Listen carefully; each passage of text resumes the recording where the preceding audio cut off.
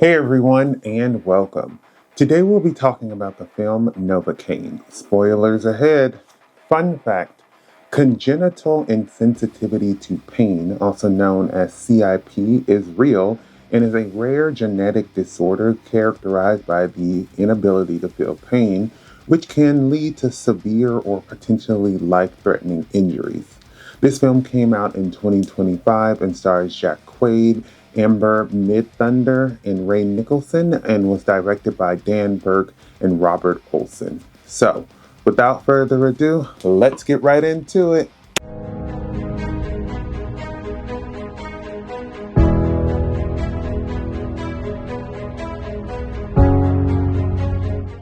Novocaine follows Nathan Kane, nicknamed Novocaine, who lives a normal life working at a bank, and he can't feel pain. When the bank gets robbed and a girl he likes gets captured, he decides to try and go save her so she doesn't get killed.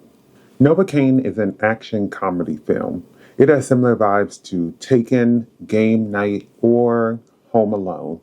Novocaine caught my eye because it reminded me of Taken, but way less serious, and it stars Jack Quaid, who I think is a pretty good actor. The film looked quirky from the trailer and seemed like a fun ride, so I said, why not?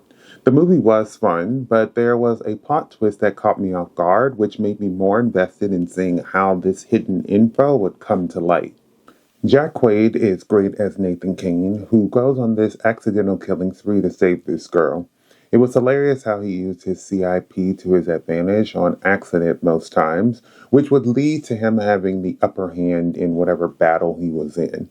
I love how he explained that even with this disease, he had to be careful with making sure he used the bathroom and making sure he didn't bite off his tongue, so it's still something that isn't all fun and games for him. One thing that really caught me off guard was him having all those tattoos because he didn't seem like the person who would be hiding that many tattoos, but I love how it told a story, and in the end, he finished that story.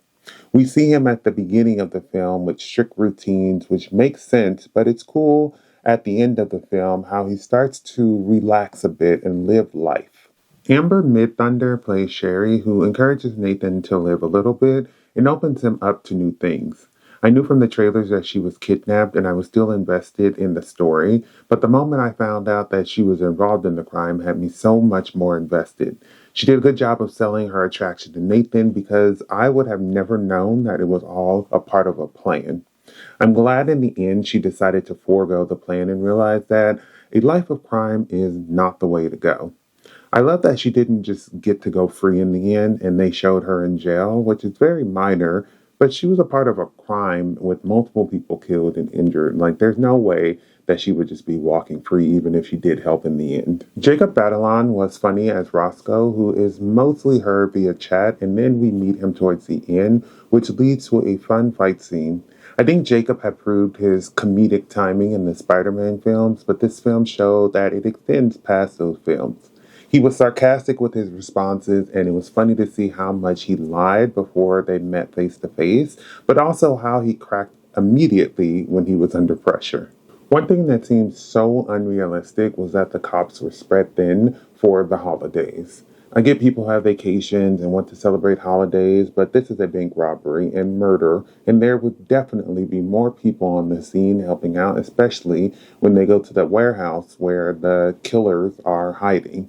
My favorite part of this film was the action scenes against the robbers. I was always interested to see how this disorder that he had would come into play, and after the first one, I wondered if that would end in all of their deaths. It was interesting and very creative to see how gory the fights were, and they really showcased how the other person was experienced and he was not. The fights not only showed us how he got rid of these guys, but it led to hilarious moments of him faking pain or using his body as a weapon, which was very smart. Novocaine is a fun movie filled with lots of action and will have you laughing throughout the film. The film is a bit bloody, so if you have issues with that, you have been warned, but if not, it'll be a fun ride with some pretty good actors. Thank you for watching my video. I would love to hear your thoughts down below in the comments. If you haven't subscribed, please do so you can keep up to date with more of my videos. But besides that, everyone stay safe, have fun, and goodbye.